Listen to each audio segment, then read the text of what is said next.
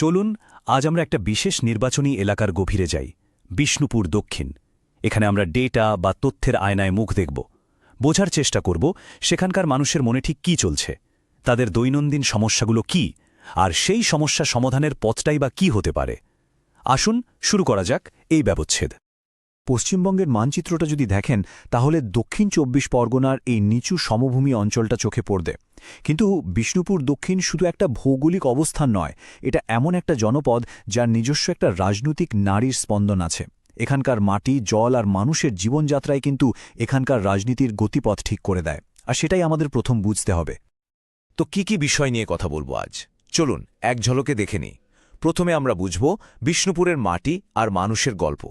তারপর দেখব কিভাবে একটা ব্যবস্থা তার প্রতিশ্রুতি ভাঙছে। সেখান থেকে নজর রাখব ভোটের অঙ্কের দিকে। আর সবশেষে তথ্যের ওপর ভিত্তি করে কিভাবে সুশাসনের একটা মডেল বা রূপরেখা তৈরি করা যায় সেটাও দেখব। রাজনীতি তো আকাশ থেকে পড়ে না, তাই না? এর শেকড় থাকে মাটিতে, মানুষের জীবনে। তাই যে কোনো রাজনৈতিক আলোচনার আগে সেই জায়গার মানুষগুলোকে চেনা খুব জরুরি। তাদের জমি, তাদের জীবিকা, তাদের রোজকার লড়াই, এর মধ্যেই কিন্তু রাজনীতির আসল সমীকরণটা লুকিয়ে থাকে। চলুন আগে বিষ্ণুপুরের মানুষ আর তাদের জীবনযাত্রাকে চিনে নিই। এই স্লাইডের সংখ্যাগুলোকে শুধু পরিসংখ্যান হিসেবে দেখবেন না, এর পেছনে লুকিয়ে আছে পুরো সামাজিক সমীকরণটা। দেখুন, ৪১% তপশিলি জাতি, যাদের মধ্যে মতুয়া সম্প্রদায়ের একটা বড় ভূমিকা আছে। অন্যদিকে প্রায় ২৯% মুসলিম জনগোষ্ঠী, আর বাকি ৩০%-এর মধ্যে আছেন সাধারণ ও ওবিসি হিন্দুরা, যাদের মধ্যে মাহিষ্যদের মতো প্রভাবশালী সম্প্রদায়ও রয়েছে। এই জটিল সামাজিক বিন্যাসই বিষ্ণুপুরের রাজনীতির মূল চালিকা শক্তি। ভাবুন তো একবার, এখানকার মানুষের জীবনটা প্রকৃতির সঙ্গে কি ভীষণভাবে জড়িয়ে। নিচু জমি হওয়ার কারণে প্রতি বছর বন্যার সঙ্গে লড়াই করতে হয়। কৃষিকাজই প্রধান ভরসা, কিন্তু মাথার ঘাম পায়ে ফেলানো ধানের দাম কখন পড়বে তার কোনো ঠিক নেই। তার ওপর গ্রামীণ কর্মসংস্থানের যে প্রকল্পগুলো আছে সেগুলো প্রায় থমকে গেছে। এই অর্থনৈতিক সংকটই মানুষের মনে অসন্তোষের প্রধান কারণ হয়ে দাঁড়াচ্ছে। এই যে কষ্ট, এই যে লড়াই, এটা কিন্তু বিচ্ছিন্ন কোনো ঘটনা নয়। এর উৎসটা কোথায়? এর উৎস হল ভাঙা প্রতিশ্রুতি। যখন প্রশাসন সাধারণ মানুষের দৈনন্দিন চাহিদাগুলো মেটাতে পারে না, যখন ব্যবস্থাটা ব্যর্থ হয়, তখনই মানুষের মনে গভীর ক্ষোভ জন্মায়। এবার আমরা সেই ক্ষোভের উৎসগুলো একটু খতিয়ে দেখব। এই একটা খবরই কিন্তু অনেক কিছু বলে দেয়। একটা সাধারণ রাস্তা বা একটা ছোট সেতুর জন্য যখন গ্রামবাসীদের জনপ্রতিনিধিকে ঘেরাও করতে হয়, তখন বুঝতে হবে যে ব্যবস্থার ওপর থেকে তাদের বিশ্বাস কতটা টলে গেছে। এই সমস্যাগুলো শুধু যাতায়াতের অসুবিধা নয়, এগুলো মানুষের আত্মমর্যাদার ওপর সরাসরি একটা আঘাত। এই সংখ্যাটা একবার ভাবুন, ২৯.১%। মানেটা কি জানেন? এর মানে হল প্রায় প্রতি ৩ জন শিক্ষিত ছেলেমেয়ের মধ্যে একজন বেকার। বছরের পর বছর ধরে পড়াশোনা করে অনেক স্বপ্ন দেখে যখন একজন তরুণ বা তরুণী চাকরির অভাবে দিশেহারা হয়ে পড়ে, তখন সেই হতাশা শুধু তার একার থাকে না, সেটা গোটা সমাজকে নাড়িয়ে দেয়। আসলে সংকটটা শুধু রাস্তা বা চাকরি নয়, আসল সংকটটা হলো বিশ্বাসের। একদিকে যখন এসএসসির মতো দুর্নীতিতে যোগ্য প্রার্থীরা বঞ্চিত হন, অন্যদিকে তখন রেশনের চাল চুরি হয়ে গরিব মানুষের মুখের গ্রাস কেড়ে নেওয়া হয়। এর সাথে আছে পঞ্চায়েত স্তরের তোলাবাজি আর ভোট পরবর্তী হিংসা, যা মানুষের শেষ নিরাপত্তাটুকুও কেড়ে নেয়। মনে রাখতে হবে, আমাদের সংবিধান প্রত্যেক নাগরিককে মর্যাদার সঙ্গে বাঁচার অধিকার দেয়। যখন ব্যবস্থা সেই মর্যাদা দিতে ব্যর্থ হয়, তখন ইনফর্মড পাবলিক ডিসকোর্স বা এর জনসাধারণের পৌরত্ব কাকে দেয়। তো এই যে এত ক্ষোভ, এত হতাশা, ভোটের বাক্সে এর প্রতিফলনটা ঠিক কেমন হচ্ছে? চলুন এবার নির্বাচনী তথ্যগুলো বিশ্লেষণ করে দেখি। ক্ষমতার ভারসাম্য আসলে কিভাবে বদলাচ্ছে। এই চার্টটা কিন্তু একটা দারুণ গল্প বলছে, মন দিয়ে দেখুন। ২০১৬ সালে বামেদের ভোট ছিল ৩৭%। মাত্র ৫ বছরে সেটা কমে কোথায় এসে দাঁড়িয়েছে? মাত্র ৮%। আর অন্যদিকে বিজেপি ৭% থেকে এক লাফে পৌঁছে গেছে ৩৩%। তৃণমূল কংগ্রেসের ভোট হয়তো বেড়েছে, কিন্তু আসল গল্পটা হলো বাম ভোটের এই ব্যাপক ধস এবং বিজেপির অবিশ্বাস্য উত্থান।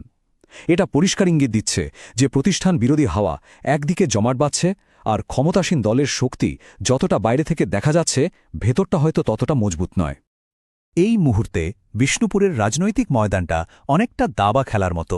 একদিকে রয়েছে শাসকের দুর্বলতা, আর অন্যদিকে বিরোধীর চাল দেওয়ার সুযোগ। শাসক দলের বিরুদ্ধে দুর্নীতি আর ব্যর্থতার অভিযোগগুলোই তাদের দুর্বলতা, আর বিরোধী শিবিরের কাছে সেই ক্ষোভকে এক ছাতার তলায় এনে হতাশ বাম ভোটার এবং বেকার যুবকদের কাছে পৌঁছে যাওয়ার একটা বিশাল সুযোগ তৈরি হয়েছে। বেশ, সমস্যা তো বোঝা গেল, কিন্তু সমাধানটা কি? এখান থেকেই শুরু হচ্ছে আসল স্ট্র্যাটেজি। তথ্যের ওপর ভিত্তি করে কিভাবে এমন একটা কৌশল তৈরি করা সম্ভব যা মানুষকে ক্ষোভকে আশায় বদলে দেবে এবং একটা নতুন জনাদেশ বা ম্যান্ডেট তৈরি করবে। কৌশলটাকে একটা খুব পরিচিত এবং সহজবোধ্য সাংস্কৃতিক কাঠামোর মধ্যে ফেলা হয়েছে, যার নাম চতুর্মুখ মতবাদ। এর 4টে দিক। প্রথমত, শিবের কাজ হল বর্তমান ব্যবস্থার ব্যর্থতাকে ধ্বংস করা, অর্থাৎ মানুষের সামনে সত্যিটা তুলে ধরা। দ্বিতীয়ত, বিষ্ণুর কাজ হল স্থিতিশীলতা বজায় রাখা, মানে নিজেদের মূল ভোট ব্যাংককে একজোট রাখা। তৃতীয়ত, ব্রহ্মার কাজ হল নতুন সৃষ্টি, অর্থাৎ উন্নয়নের এক নতুন দিশা দেখানো। আর চতুর্থ, দুর্গার কাজ হল সুরক্ষা, মানুষের জীবন ও জীবিকার এবং তাদের সাংস্কৃতিক পরিচয়ের। এটা কিন্তু কোনো ফাঁকা প্রতিশ্রুতি নয়, এটা একটা কাজের খতিয়ান, একটা ব্লুপ্রিন্ট। দেখুন প্রত্যেকটা প্রকল্পের পাশে তার আনুমানিক খরচ, সময়সীমা আর সবচেয়ে জরুরি বিষয়টা, সাধারণ মানুষের জীবনে তার কী প্রভাব পড়বে সেটাও বলা আছে। যেমন পাইপলাইনের মাধ্যমে জল পৌঁছালে শুধু স্বাস্থ্য ভালো হবে না, বাড়ির মেয়েদের মূল্যবান সময়ও বাঁচবে। এই পরিকল্পনা এটাই প্রমাণ করে যে উন্নয়ন মানে শুধু টাকার অঙ্ক নয়, উন্নয়ন মানে মানুষের জীবনযাত্রার মান উন্নত করা। শুধু একটা বড় পরিকল্পনা থাকলেই কিন্তু জেতা যায় না। আসল লড়াইটা তো হয় পাড়ায়, মহল্লায়, মানুষের মনে। জিততে হলে মাটির কাছাকাছি যেতে হয়, প্রত্যেকটা সম্প্রদায়ের কাছে পৌঁছতে হয়, তাদের নির্দিষ্ট চাহিদাগুলো বুঝতে হয় এবং তাদের নিজের ভাষা কথা বলতে হয়। এই স্লাইডটা দেখাচ্ছে যে সবার জন্য এক নীতি, এই ফর্মুলা এখানে অচল। মহিষ্য সম্প্রদায়ের বহুদিনের দাবি ওবিসি তালিকাভুক্তি, তাই তাদের কাছে সেই বার্তা নিয়ে যেতে হবে। মতুয়া সম্প্রদায়ের কাছে তাদের ধর্মীয় বিশ্বাস আর পরিচয়টা খুব গুরুত্বপূর্ণ, নারীদের কাছে নিরাপত্তা আর যুবকদের কাছে চাকরি।